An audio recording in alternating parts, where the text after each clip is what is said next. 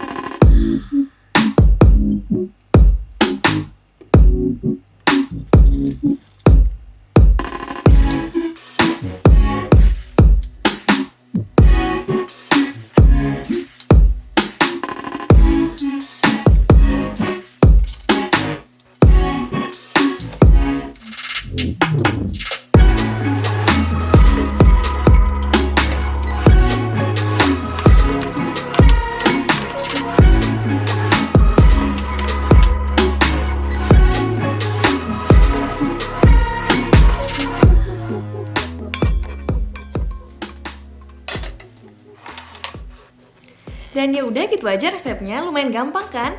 Kalau misalkan kalian suka resep ini, tolong jangan lupa untuk di like videonya dan juga di share ke teman-teman yang lain. Kalau misalkan kalian belum subscribe, tolong juga di subscribe channelnya.